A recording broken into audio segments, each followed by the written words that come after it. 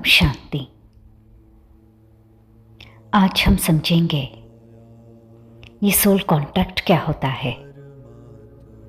क्या कभी आपने अपने जीवन में इस तरह की बातों को महसूस किया है, एक्सपीरियंस आया है कि आपके आसपास, आपके परिवार में, आपके रिश्तेदारों में, आपके सोसाइटी में कुछ लोगों को देखते ही आपको बहुत खुशी का अनुभव होता है।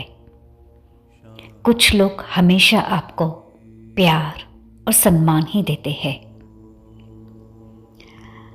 आप उनको देखते ही एक पॉजिटिविटी को, अपनेपन को फील करते हैं। और दूसरी ओर कुछ लोगों को प्यार सम्मान देने के बाद भी उनसे हमेशा हमें डिसरिस्पेक्ट मिलता है।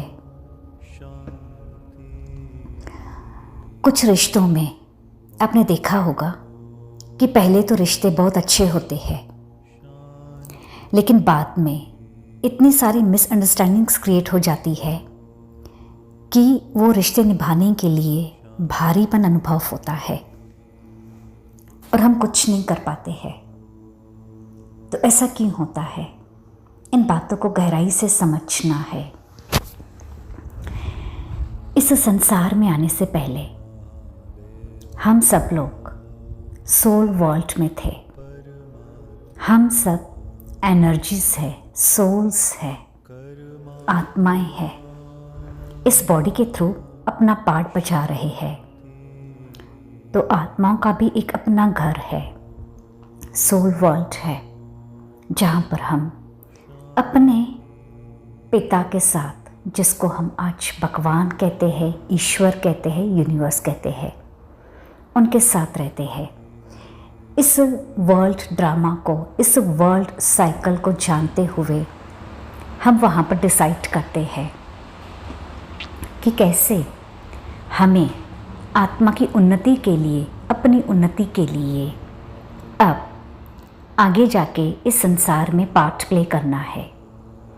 हम खुद डिसाइड करते हैं कौन मेरी माँ बनेगी, कौन पिता बनेंगे, कौन हमारे ब्रदर सिस्टर्स, नेबर्स। इतना ही नहीं, वर्क प्लेस पे, हमारे बिजनेस में, जॉब में कौन कौन से लोग हमसे मिलेंगे।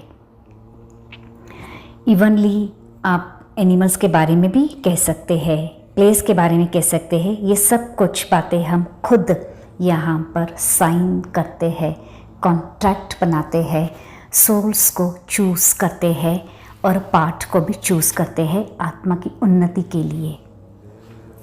जब हम इस संसार में बॉडी के थ्रू पार्ट प्ले करते हैं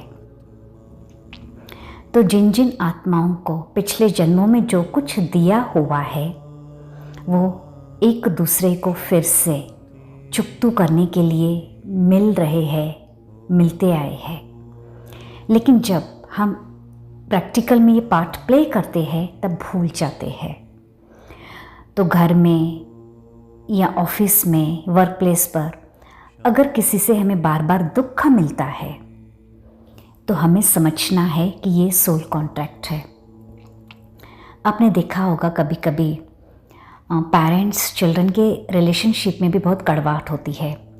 कभी कभी पेरेंट्स बहुत अच्छे होते हैं लेकिन बच्चों से उनको डिसरिस्पेक्ट मिलता है, या बच्चे इस तरह की गलतियां करते हैं, इस तरह के कर्म करते हैं कि पेरेंट्स को शर्मिंदा होना पड़ता है। तो यहाँ पर हमें समझना है कि ये सोल यही लेसन देने के लिए हमारे पास आई हुई है। हो सकता है पिछले जन्म में वो कोई आपके एल्डर हो, वो आपके पेरेंट्स हो, इस तरह से आपने उनको कुछ किया हो, दिया हो, और वही आपको अब रिटर्न में दे रहे हैं। तो सीखना है कि ये सोल मुझे कुछ न कुछ लेसन सिखाने के लिए आ रही है, तो मुझे उस वक्त क्या करना है। किसी भी रिश्ते में अगर आपको कड़वाहट महसूस हो रही हो, आपने एक्सपीरियंस लिया हो कि हम बहुत अच्छा व्यवहार करते हैं, बार बार माफ़ी मांगते हैं, लेकिन थोड़ा दिन ठीक होता है, फिर से वही बातें, कितना भी हम इस रिश्ते को निभाने की कोशिश करते हैं, लेकिन डे बाय डे कॉम्प्लिकेशंस बढ़ती जाती है।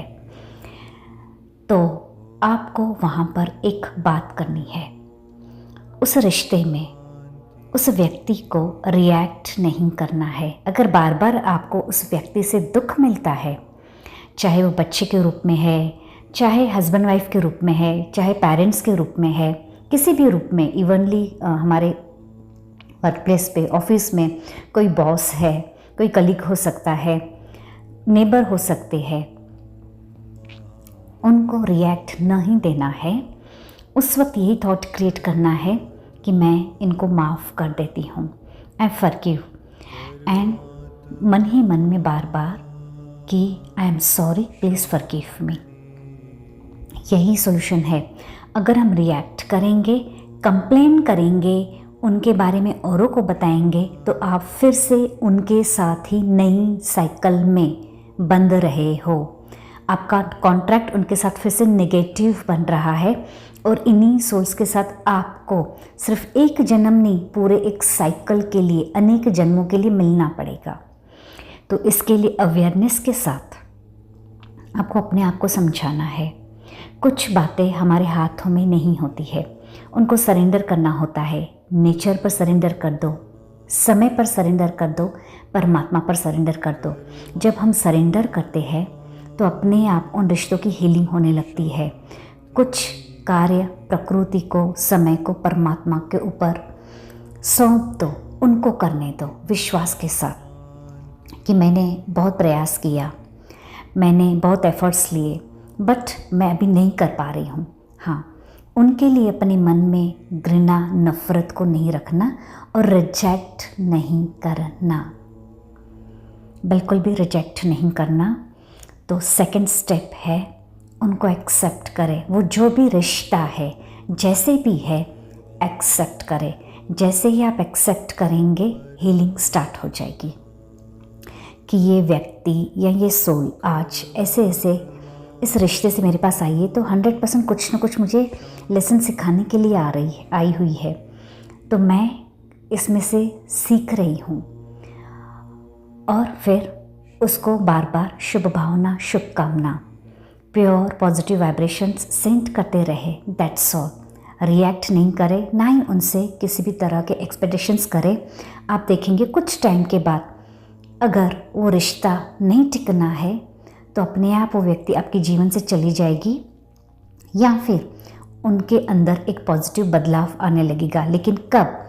जब आप सरेंडर करेंगे और दूसरा वो एज इट इज़ जैसे है उनको स्वीकार करेंगे। तीसरा, विदाउट एनी कंप्लेन, एक्सपेक्टेशंस, बेशर्त किसी कंडीशन के आप उसको स्वीकार करके बार बार उनके पास पॉजिटिव प्योर वाइब्रेशंस भेजेंगे। तो इस सोल कॉन्ट्रैक्ट को हमें समझना है कि इस वर्ल्ड ड्रामा में हमारे आसपास जो भी रिश्ते हैं, हमारे फैमिली में जो रिश्ते हैं, वो सब कुछ हमने ही चूज़ किए हुए हैं एक सोल कॉन्ट्रैक्ट को सेटल करने के लिए, लेसन को सीखने के लिए, सिखाने के लिए, जिसकी वजह से हम अपने नेगेटिव इमोशंस के ऊपर इजीली कंट्रोल कर पाएंगे।